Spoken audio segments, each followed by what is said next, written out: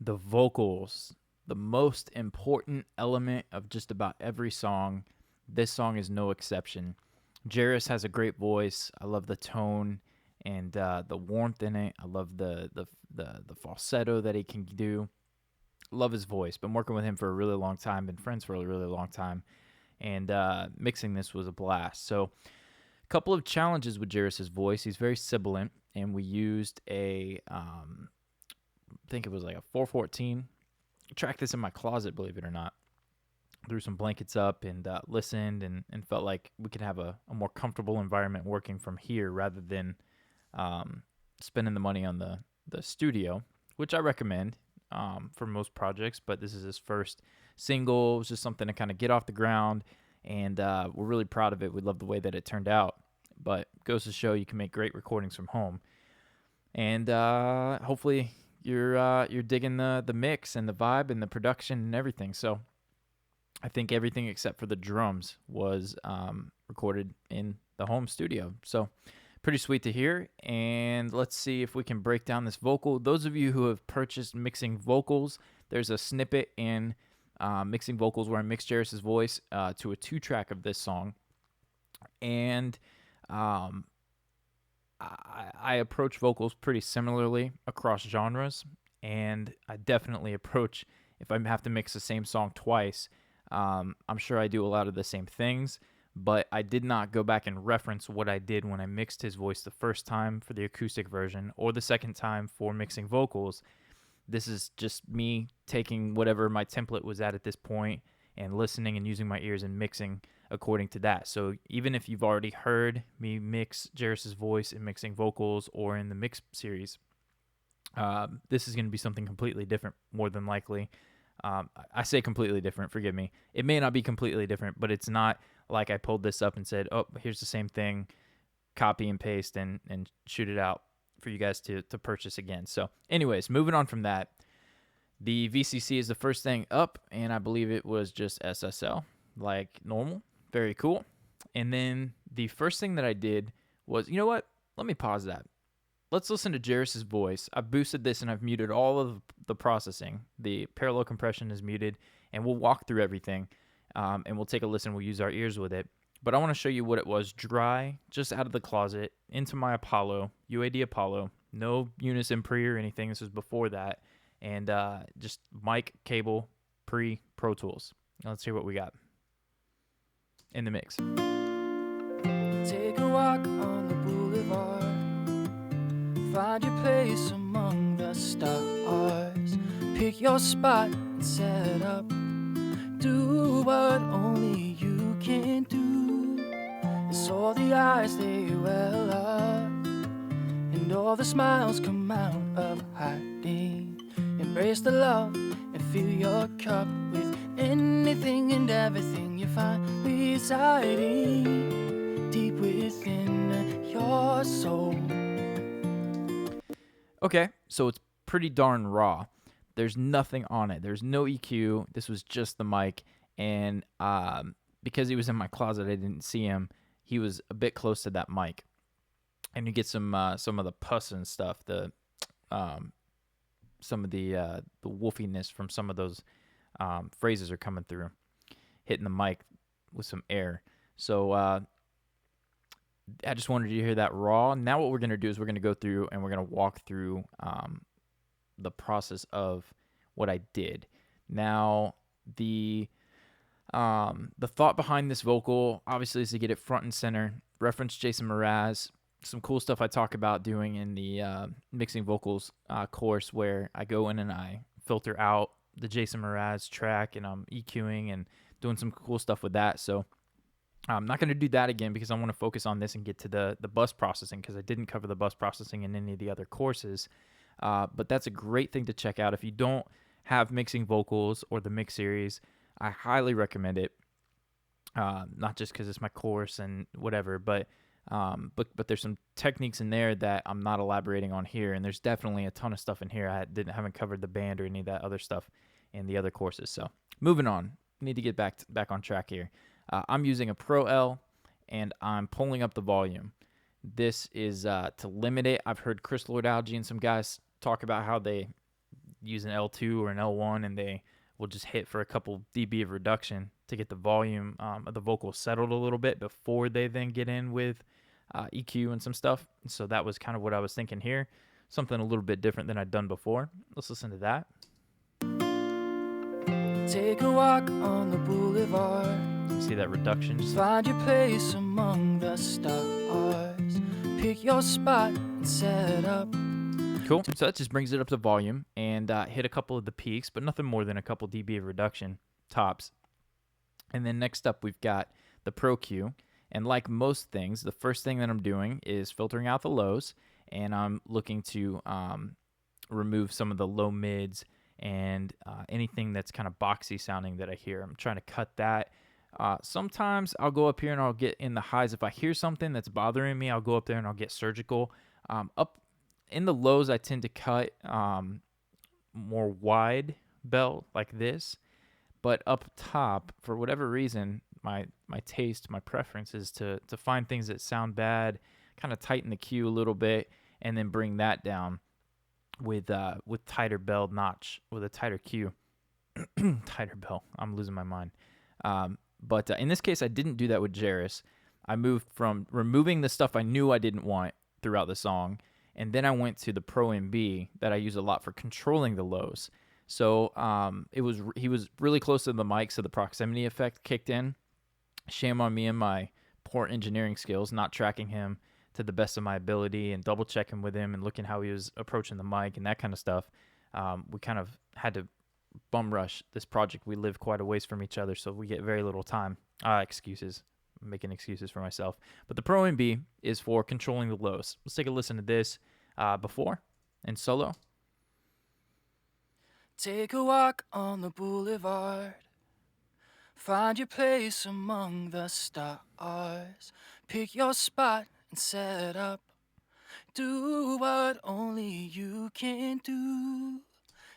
So you've got a range here from about 700 hertz to 200 hertz, and I'm going to tame that a little bit. Anytime that there are any peaks in that frequency range, just going to knock it down a little bit. And then, of course, anything in here, I'm pretty aggressive with that because there's not really much below 200 that I want in his voice for this song anyways. Kind of a hyped radio version that we were going for with this one. So if you haven't seen me walk through that, the FabFilter Pro MB for controlling the lows, pretty much the gist of it is looking for a quick attack, a little bit slower of a release so that it holds on a little bit longer than, maybe if I'm looking to control the dynamics of a vocal, I would have a faster release. But the release here is fairly medium. And then the same thing for the lows, kind of a medium to slower release. Nothing too crazy there, just kind of knocking those frequencies down a little bit. The de-esser, I like to de-ess early in the process. I already went through and manually pulled down Jairus's S's by, actually, this mic right here, the SM7B, would have been a great mic for him to use. I've even heard that Jason Mraz uses that. That's one of his mics of choice. Would have helped to reduce some of the sibilance in Jairus's voice. But I went through the track. I think I printed it, probably. Or even let's see if we can right click, go to clip gain, show clip gain line. Yeah, so I did consolidate and print me going through the track and reducing the S's. Got a video on the YouTube channel about that. We'll put that in the PDF as well. Try to save a little bit of space from all my yapping. And so I manually de-ess. And then I've also got the Pro DS from FabFilters, my favorite de-esser. And I use the female split band, pull the threshold all the way down because this is only going to focus in on those certain frequencies. So we've got 7K to about 12.5K is what felt good. FabFilter has a video on the Pro DS that's incredible. Go to their website, fabfilter.com, I'm pretty sure. And the guy walks you through de-essing. It's beautiful. All his tutorials are actually really great. Learn a lot from their website. Anyways, that's the FabFilter de-esser, single vocal, split band, so it's focusing on that frequency range, and it's not touching anything left or right of what I've got the range selected there. Just to kind of kiss those S's a little bit extra before I hit it with heavy compression. The 1176, if I remember correctly, I use this for peak limiting. And let's see if we got some peaks. Let's go over here and take a listen. You've been chosen. Got that harmony in there. Let's come over here. You'll see a couple. Pick your spot and set up. Then without it. Pick your spot and set up. Okay. So you hear that mid-range kind of focused a little bit. We haven't even gotten into some of this stuff over here. So we're already starting to shape that vocal to fit in the mix, to be a little bit more of a radio type sound. The attack I've got at medium. The release is somewhat fast. And the whole point of this is to kind of hit that transient and not let any of the peaks jump out at me too much. I want to control that. And go ahead and give a plug for Matthew Weiss. His tutorial called Learn Compression is incredible. He does an incredible job explaining compression. I won't even try to explain the science of it because he does such a great job. You can check my settings, tweak the taste. But like I said, medium attack, trying to get it to where the peak is controlled, and then the release is timed to how quickly I want the compressor to get back to leaving the vocal alone so that it can breathe a little bit. The LA2 is pretty much for character, but I'm also hitting what the 1176 doesn't catch. I've mentioned compressing in stages rather than trying to smash it all at once. Here's that. Pick your spot and set up. Do what only you can. A cool trick is sometimes to throw it up in limit mode, and that can help as well. Pick your spot and set up. Do what only you can do. In this case, I've got a pretty heavy amount of compression that I'm going to add with the parallel compression chain.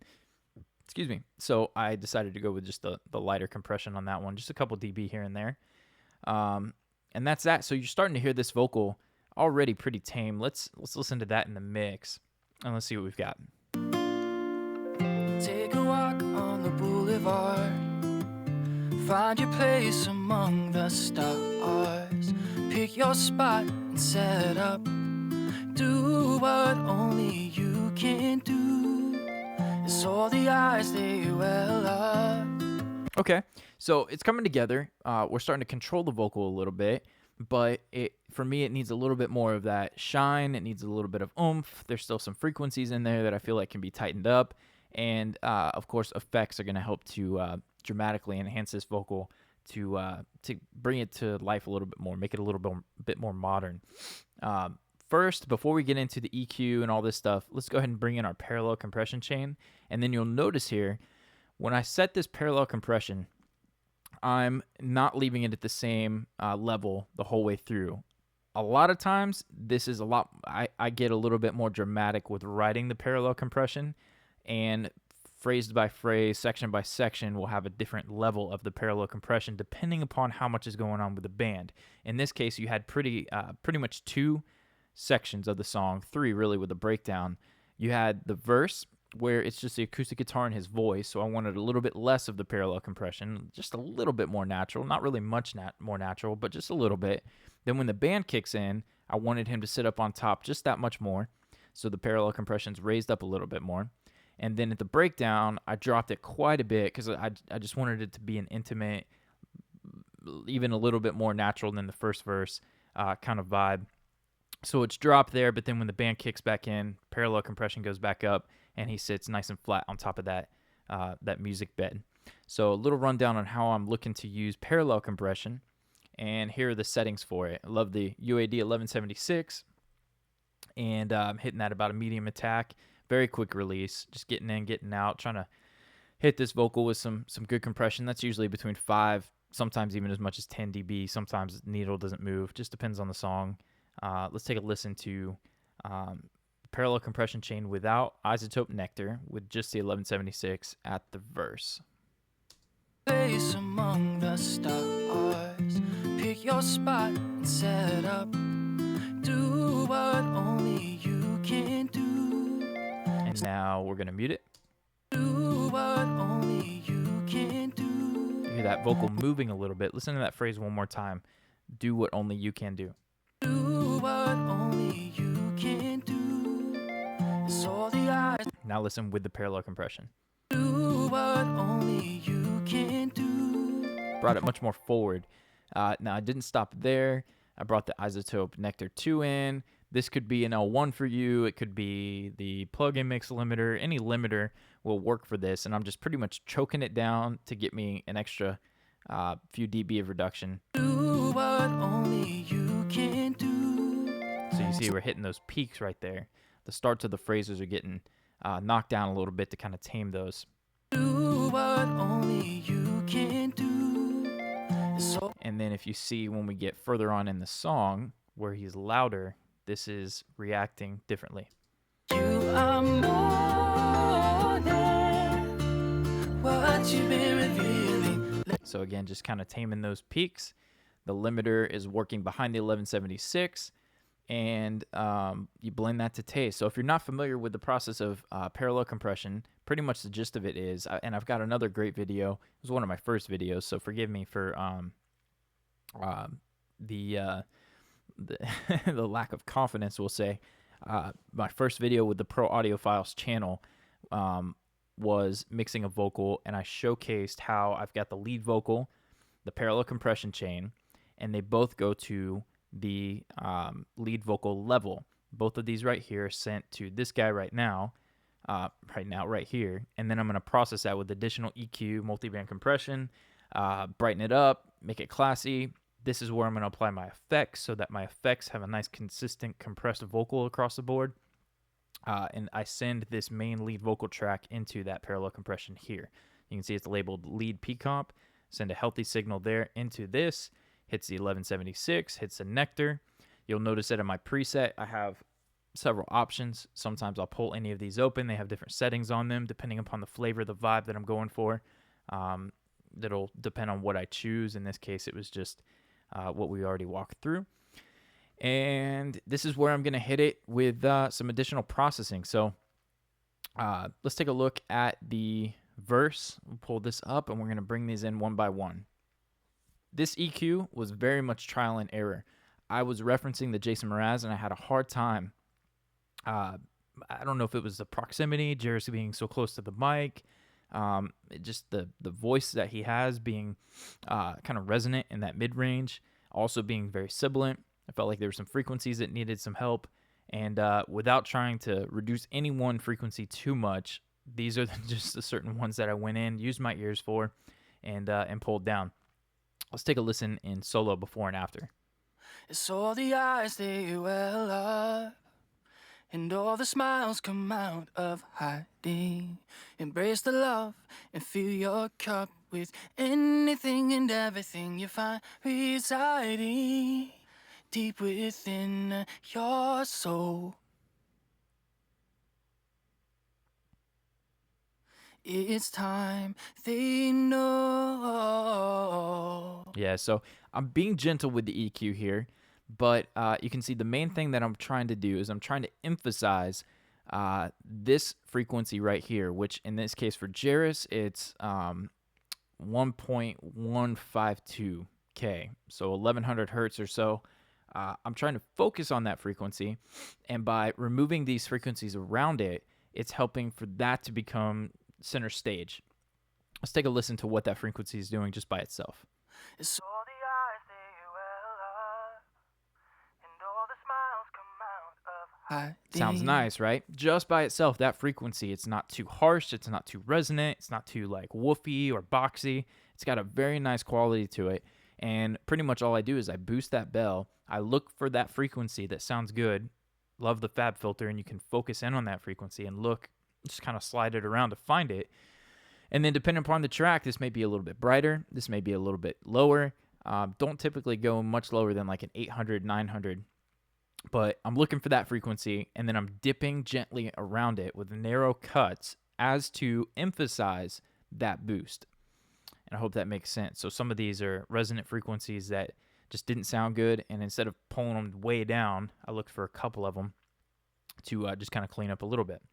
Moving on from that, I've got another instance of the fab filter. I felt like his mids, when I listened to Jason Mraz, there was a little bit more that needed to be controlled in this range. So instead of hitting it harder back here before the parallel compression, I hit it here. Kind of a work through trial and error type deal. And then that range that I liked, that I boosted, At that range and a little bit higher, a couple of the things that he's saying got a little bit honky on me. So I applied this multi-band compressor at about 2K to be able to, at a certain threshold, just smack those down a little bit. Whenever he sang notes that got a little bit honky, this is just there to control it. So a little bit advanced whenever we're looking at these multi-bands and controlling vocals and stuff. But I think you guys are getting in, and if not, man, feel free to email me and ask me any questions. I'll totally try to cover anything and submit extra videos for these courses. I'm all about helping you guys and making sure you get the most bang for your buck. Want to make sure that you enjoy these and love learning from it. Moving on, I love the Clariphonic parallel equalizer. I actually want the hardware one. I'm all in the box. I don't want to get hardware, but I do so bad because it's boxes like these that sound so good as plugins. I can only imagine what they sound like as hardware units. Just boosting a little bit of that, just a little bit above the one. If I remember, this is going to be more like a 3 to 5K. I could be wrong. Correct me if I'm wrong with an email. Be patient with me. Be polite. But the clarity up here, I love the Silk. That's kind of the airband. The Moog EQ is good for this. Actually, the Manny Marroquin, the Waves plugin, his EQ has got an airband, 20, 30K, something like that, and it sounds incredible. And this does a great job as well. Sometimes this wins. Sometimes Moog's EQ4 wins. Let's hear the before and after. It's all the eyes that you well up. It's all the eyes that you well up. So just a little bit more classiness, a little bit more life up in that top end. Help the vocal to come forward a little bit more. And then by doing that and boosting that, I felt like the S's and some of the things got a little bit harsh. Same kind of frequency range as before. And I'm just going to touch it. You see here, I've got the range set to 3 dB. Sometimes when I manually DS, I just go for 2 or 3 dB. Then I hit it at the first stage of DSing by 2 or 3 dB, and then at the end by another 2 or 3 dB. By hitting just a little bit at a time, I feel like I maintain a little bit more of a natural, maybe I'm just crazy, but I feel like I get a much more natural DSing experience than just slapping a DSer on and dropping it 7 or 8 dB. And Jairus is very sibilant. So I feel like that works well in stages throughout the process rather than just trying to kill it with one plugin or one process. That's the de-essing, the Pro MB at the end. I have not been using this one as of late, but I liked it on Jairus' voice. Again, this is like a trial and error thing. I was going through some presets. I bought the plugin, threw it in my template, and I found this presence and control multiband. And it's not doing very much. And actually, if you see down here, there's a wet dry knob type deal. You can mix in how much of it you want. And I've got this set all the way down to 40%. And again, trial and error, presets. This was a quick mix for me. And this one kind of helped to take it to that extra 5%. So let's listen before. It's all the eyes that you well up. And after. It's all the eyes that you well up. And all the smiles come out of hiding. Embrace the love and fill your cup with anything and everything you find residing. See, and as I listen to it now, I don't even know that we need it. It's controlling kind of that mid-range there. Might actually be doing double duty of something we've already done. But in the context of the mix, I A-B things, and I just try to close my eyes and listen, and I went with keeping it. Now, my favorite part about the vocal, once I get the vocal situated, I get it leveled out, and it's sitting on top of the mix. I've got another video I'll link to where I'm pulling up consonants, and I'll go through with either clip gain or the volume automation, and I'll pull up cuz and puz and T sounds and ends of phrases and stuff like that to help the vocal really just sit on top and give it that extra bit of articulation or clarity to help the singer through all this compression to get it sitting on top. But one of my favorite things to do is to get artistic with effects, slap delays, radio effects, megaphone type stuff, distortion. I'm not a big fan of chorus for really anything except for gentle chorus that's barely noticeable, that almost just creates a silky smoothness, and I call it gentle chorus. And I got that from one of the Waves plugins years ago. Mondo Mod or something had a gentle chorus. Another shout out to my buddy Ryan Atkins in Indianapolis, Indiana, Azimuth Recording Studios. 13Vocals.com. They're incredible, great studio there. We did some projects together, and he used that on quite a bit of stuff. So I've pulled that from what I learned from him. Mondo, the Dimension D. I've got a mono version and I've got a stereo version, so that I can choose whether I want to add a little bit extra. So maybe just a little bit of the gentle chorus and then a little bit of the mono Dimension D, and they work well together. And then delays, automating delays, all that kind of stuff. What I want to focus on for this tutorial, the effects section, is what I did to his voice. Instead of, now what I'm doing, I've just recently purchased more UAD cards, is I'll mix the vocal on one set of tracks with this chain, and then I have a lead vocal 2, or call it B section or verse, whatever, and I'll treat the vocal, copy those settings down, and then treat the vocal a little bit differently in the pre-chorus, a little bit differently in the chorus, so that there's some separation. This song, I didn't do that. What I did is I treated it with effects differently as to give it separation from one section to the next. And how I did that is this. Started out with a vocal slap delay, and it looks like actually I ended up not going with the slap delay. So we're going to get rid of that guy. But actually I remember why. It sounded kind of funky. It happens. But the gentle chorus, you can see, I'm going to show you this one. I'm going to mute it. Actually, we're going to pull it down, and we're going to blend it into taste from like right here. It's time they know that you've been chosen Without it? to do great things.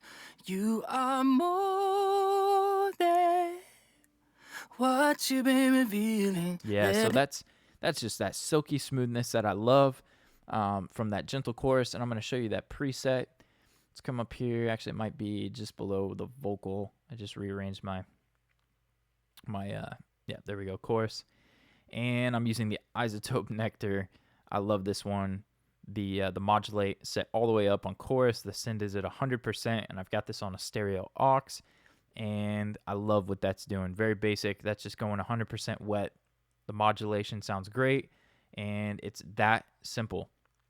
Sometimes I'll throw like a distortion or maybe SansAmp or something, get crazy with some effects. In this case, I wanted it to be smooth and silky, and that's what that's contributing. The mono delay, I've got a little bit of that. Let's hear that before and after. We'll pull it down and bring it in. It's time they know that you've been chosen to do great things. Exaggerate it here. You are more than what you've been revealing. Let it out and let it shine. And know that it's only... Very cool. So I feel like those work really well together. You got to be careful if you have too much of both of them. It can get a little bit weird, or it can sound awesome weird. But moving on from there, I think if I remember correctly, I automate the delay. Let's go ahead and pull up in that automation lane right there. It's time they know that you've been chosen to do great things. You are more. And I actually think I had that in. And then Jairus asked for less of it. So that was really, really gentle in the mix. And I think it also only came in at the chorus. I didn't want any of that kind of side-winding stuff during the verses. But when the drums and everything kicked in, that was there. And that was that. Then I have this vocal slap, which is what I did use.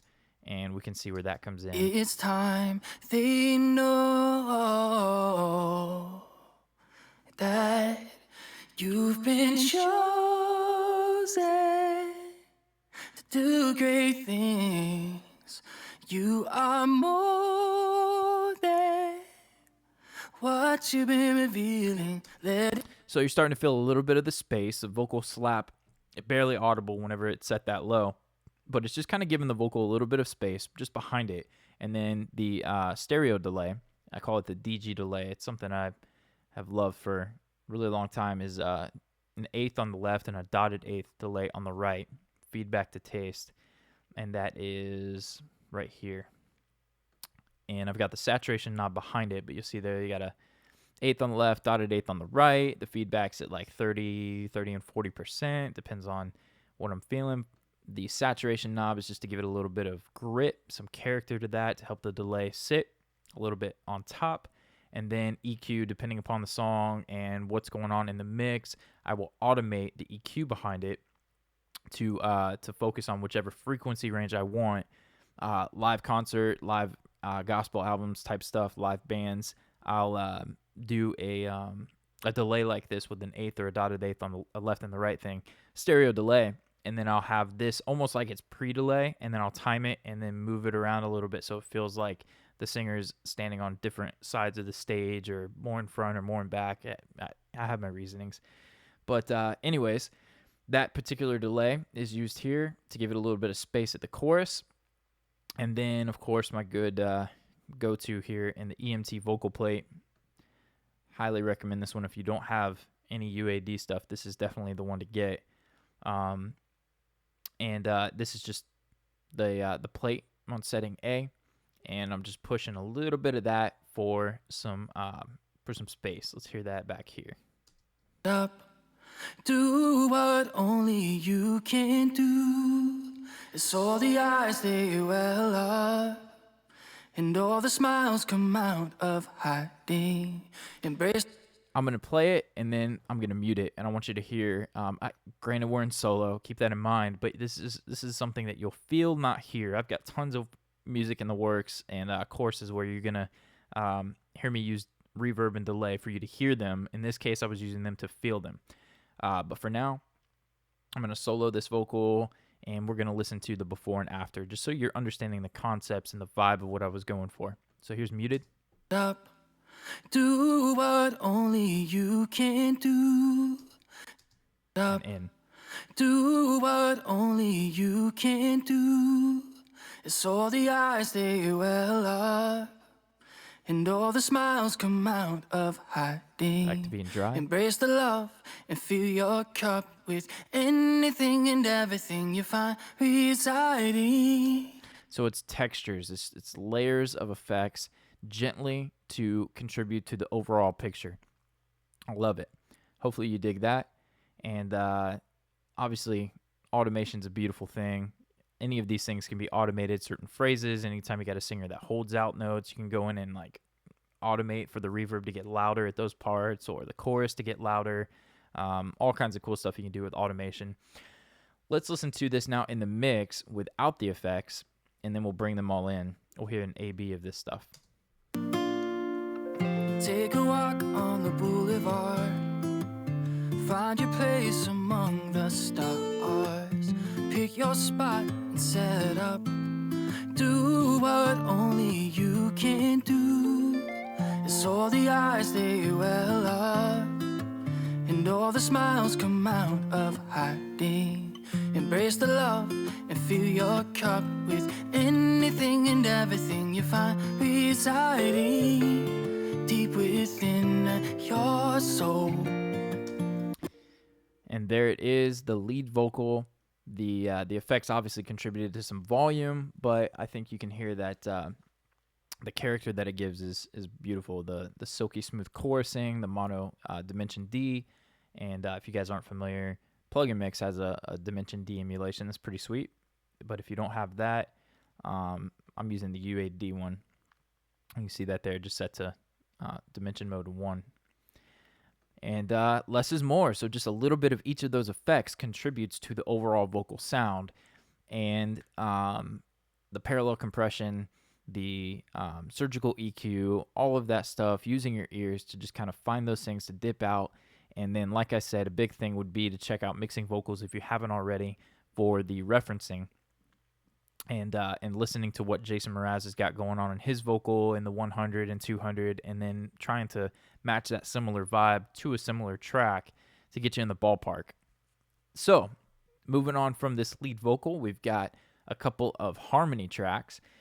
And the biggest thing to note with the harmonies is I I kind of just threw these together with Isotopes and Nectar. I wasn't trying to get too fancy with these, and most of what I did EQ-wise was to keep it out of the frequency ranges of the lead vocal. So you can see here, remember we talked about boosting around the 1K, 2K for the lead vocal while I'm cutting with the harmony. I don't want the harmony to be getting in the way of the lead. So I wanted these harmonies to stay somewhat central. I didn't want them to be left and right and be real crazy wide or anything like that. So I had to do a better job than I would if I did pan them, of EQing them to make sure that they stay out of his way. So let's take a quick look at that example. This harmony in this case, I used the doubler, so it's got a little bit of a stereo vibe. Let's hear this together. No, you may not have the loudest voice, but you could sing above the noise. That harmony, don't judge me, guys. I created that harmony that you hear there. It sounds kind of robotic and melodyne, and I did it really quick. And I was originally intending, if you guys are familiar with the newer, I guess it's not so new now, but the John Legend song, was it All of Me? He has some really crazy harmonies that come in at the end, and they're super robotic sounding, like almost like the old school vocoder type vibe. And I was thinking about going that route. I was in between, and then it just kind of came out like this. But in the mix, I thought it sounded really good. It didn't sound fake. It sounded a little bit more gentle. And then we've got a real harmony here on this track. This is his real voice. No, you may not have the loudest voice. Actually, I may bypass that. No, you may not have the loudest voice. And I'm just hitting it with some auto-tune to keep it from drifting too much. He did that one day, I think, after church. They stuck a mic in front of him, and then they emailed me the files. So anyways, let's look at this, the Nectar walkthrough. Really, this is just about, like I said, keeping the lows out of the way, frequencies that the lead has been enhanced with, keeping those out of the harmonies, and smashing it with some compression. I love the Nectar for a quick throw it together vocal, and you can see I'm getting quite a bit of reduction. No, you may not have the loudest voice. On that first compressor. Then there's a second compressor in parallel, and then there lies the mix knob, and I'm parallel compressing here. No, you may not have the loudest voice. You can see that's 10, 12 dB of reduction on just about everything he says. I'm heavily de-essing, but I actually I de-essed, but then I went through and I took out all the breaths, and I took out all of the ending of phrases and made sure that none of the harmonies dragged past the lead vocal. And you can see one more thing, I've limited the crap out of it just to try to smash it and keep it in the background, keep it flat without having to go in and write it. Probably a little bit of a lazy approach, but it sounded good. What I was mentioning there, I would go in and I would make sure all of these stop at the same points, make sure that these harmonies don't drift around from each other. You can see they're looking pretty tight. You guys who have vocal line, you'll know that that's a much easier way to do it is to use vocal line. I just did clean edits and made sure that nothing stuck out too far past each other. I wanted the lead vocal to be dominant. I wanted the lead vocal to be everything in the song. These harmonies are really just a kind of a tease of having something there, so the lead is not on its own at some of these key phrases. So let's take a listen to this, where the harmonies are here. No, you may not have the loudest voice, but you could sing above the noise. The flashing lights, the endless toys, take all that you hear and make it yours. So those harmonies sound way different in the mix. They sound back far enough to where they're not annoying, and the roboticness of them when they're in solo is not getting in the way of the lead. In my opinion, to my taste, from what I hear, I think it sounds just up enough to where you hear them, but it's not anything that's distracting or taking your attention away from the lead vocal. So the processing for those, we showed you Nectar. The EQ here was removing the fundamental frequencies, the important frequencies from the lead vocal to make sure that this didn't get in the way. I've got another instance of Nectar where I'm de-essing a little bit more and limiting it even more. I take a look at that. No, you may not have the loudest voice. That was probably just me trial and error working my way through it. And then I did boost some of the air for the vocal here. I felt like it was a little bit dark, and I wanted that to come through. So you can take a look at that one more time. We talked about the clariphonic, just pulling up a little bit of that 3 to 5, and the air band to get it up there, but not quite as much as the lead. Want to make sure the lead stayed on top. And then this other harmony, I created the harmony, and then I said, hey man, you should probably record a real one, and then we'll blend them in together. That's what we did. And the real one stays central. The other one shoots outside a little bit. And all I did was pull in a vocal preset. Was working this one in really quick. This was very last minute to throw in this harmony, and just hit it with some EQ, probably a preset, and then tweak the taste, some compression. You can see the attack's fast, the release is still pretty quick. The de-esser, pretty heavy on the de-esser. I really do like the de-esser in Nectar. If I remember, it's the DBX de-esser, pretty sweet vintage piece of gear.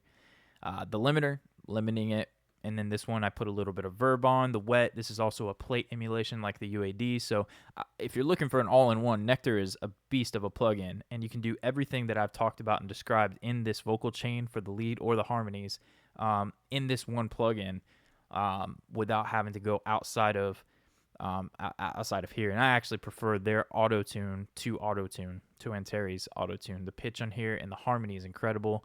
I'm using it for aux sends, all kinds of stuff. The modules are incredible. Distortion, you can use these in multiple ways. All kinds of good stuff there. A little bit of effects. Try to reduce the time. I think I threw that in and then bounced the final mix pretty quickly after that. This one, I want to say that this came in just for one phrase. You can see here there's a phrase. Let's take a listen to this guy in solo. It's a pretty cool radio effect. I sent it to Sound Toys.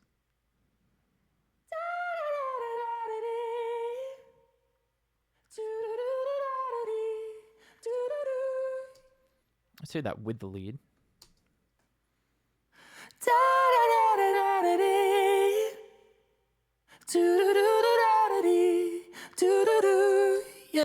So that was his live vocal. A little bit of auto-tune that I put on it through Nectar. Let's hear it without the radio vocal.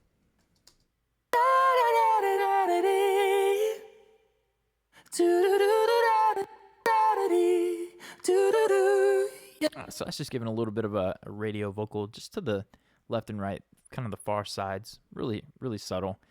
Nothing crazy there. Let's go back up here. Let's select this little section here. I want to hear the three of them together.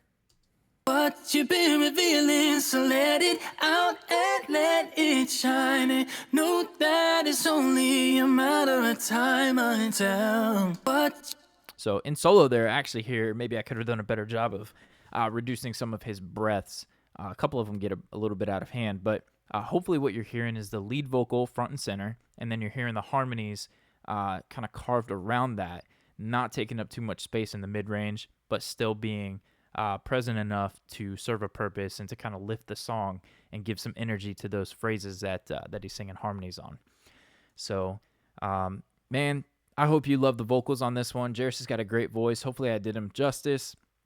The only other thing to mention when it comes to vocals for me is to make sure that when I'm mixing the music, that 1K, I keep that in mind when I'm mixing the music against the vocal, to make sure that as I'm boosting that in the vocal, I listen to the other instruments, the piano, the guitars. A lot of those, they like to sound good with 1K boosted, but you got to be careful boosting that, especially if anything's in the middle, so that the vocal has its own space, to make sure that that vocal can sit and have that center focus and that dominance in the mid-range. So I'm going to go ahead and move on. We're going to talk about bus compression. We're going to talk about the all music bus, all vocals bus. I'm going to go through a couple of things with that, how I use that on this song, and then we're going to hit the two bus in the same video and show you how I've got a mastered sound leaving my stereo bus. It's not for everybody.